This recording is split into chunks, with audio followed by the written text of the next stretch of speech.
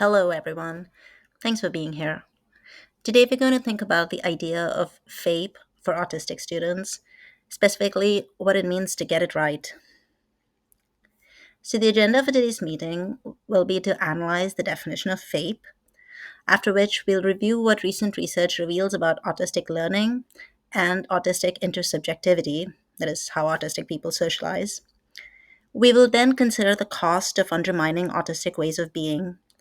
And finally, we'll close with a look at what it means to provide an appropriate education to autistic students. FAPE, as most of you probably know, stands for Free Appropriate Public Education. It is guaranteed under IDEA, the Individuals with Disabilities Education Act, and means that every child with a disability is entitled to an education that is free, provided at public expense, and appropriate, delivered through their individualized education plan or IEP. Now, free is easy enough to understand, but what does appropriate really mean? In the 2017 Supreme Court case, Andrew F. versus Douglas County School District, the court clarified that an IEP must be reasonably calculated to enable a child to make progress appropriate in light of the child's circumstances. That ruling raised the bar beyond minimal progress, but it also left some ambiguity. It requires us to consider each student's specific circumstances in order to determine whether their education is truly appropriate. And that leads us to an important question. What counts as the circumstances of an autistic child? If the purpose of schools is to facilitate learning, then surely one of the most important circumstances of a child's life is how that child actually learns. So, what does research tell us about autistic learning? One useful lens through which to look at autistic learning is the theory of monotropism, developed by Murray, Lesser, and Lawson in 2005.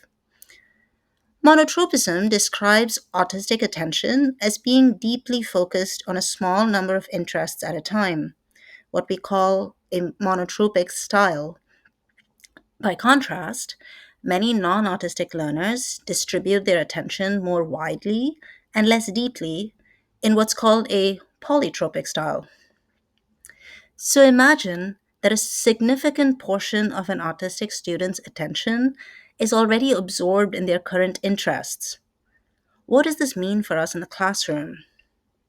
First, when autistic students are free to engage with their interests, they can access more of their attentional resources. And that means more efficient, motivated learning.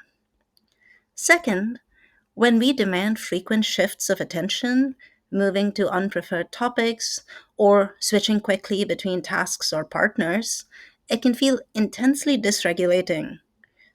This often leads not to learning, but to disengagement or escape behaviors. In other words, working with monotropism isn't optional.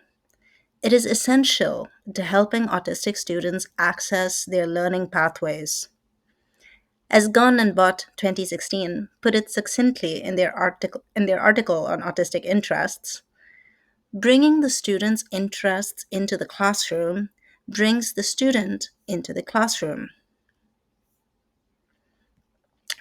Now, FAPE under IDEA requires not only academic progress, but also functional and social goals in IEPs when relevant. These often show up as what we call social skills goals.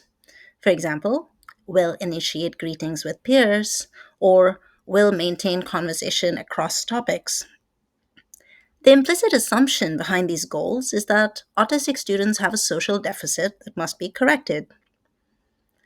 But recent research, particularly from autistic scholars, has challenged that idea. In 2012, British sociologist Damien Milton proposed the double empathy problem. He argued that when autistic and non autistic people interact, both sides struggle to understand each other. In practice, this means that if an autistic student's behavior seems unusual or inappropriate to you, your own behavior may seem equally strange or irrational to them. The responsibility for bridging this gap does not rest solely with the autistic student, it's shared. And if we frame social goals only around fixing autistic communication or interaction, we risk embedding deficit thinking right into the heart of the IEP. So, why do these interneurotype misunderstandings occur? I think the answer lies in both style and substance. What motivates each of us to socialize, and how we prefer to engage in interaction. For example, in a study of how autistic people build social understanding with one another, Hesman and Gillespie in 2019 found that assuming common ground was central to rapport between autistic individuals. This ties back to monotropism. Autistic people often connect around shared, in depth interests. When that shared knowledge exists, rapport develops naturally. But when it's absent, social interaction can feel burdensome or even pointless. Another distinctive feature of autistic interaction is what Hesman and Gillespie called a low demand for coordination. Autistic individuals don't always rely on the same turn taking or conversational repair conventions that non autistic people expect. Instead, they can often tolerate small disruptions or uncoordinated turns and keep the conversation going. This allows interaction to flow without needing constant alignment. So, what are the implications of these differences in practice?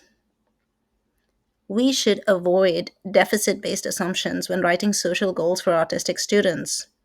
Instead, we should seek to understand their preferred modes of socialization and facilitate opportunities for authentic social engagement.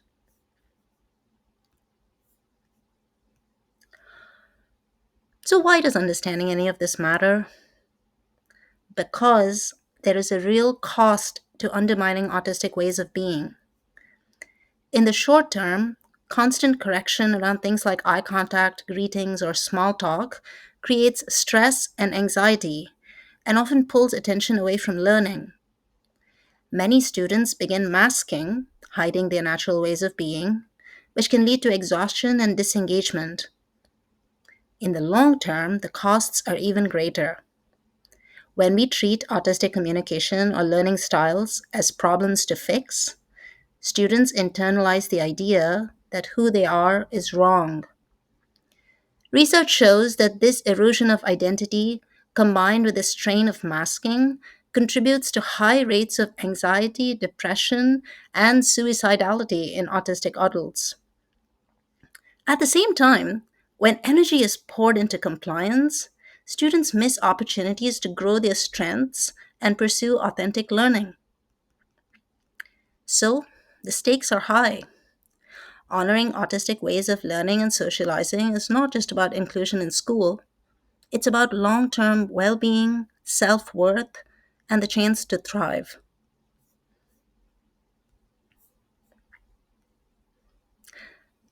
So, if FAPE requires us to provide an education that is appropriate in light of the child's circumstances, then for autistic students, we need to look at what those circumstances actually are. Research on monotropism tells us that autistic learning is deeply tied to their interests. And research on autistic intersubjectivity shows that autistic social interaction works best when communities are flexible and authentic. So, what does this mean in practice? First, unconstrained access to interests. Students need open access to knowledge and information, whether through books, the internet, or tools like ChatGPT, so they can pursue their passions independently. They also need tools for expression and skill development.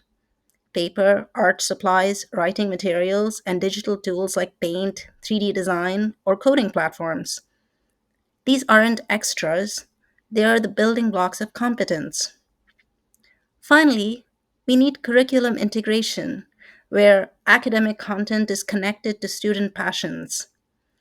When we teach math, reading, or science through the lens of a student's interest, whether it's video games, air conditioners, or spiders, We are working with attention rather than against it.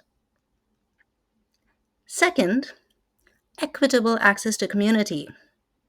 Students need shared free time where peers and adults also engage in their own interests, not forced interaction, but parallel play and discovery that create natural bridges for connection.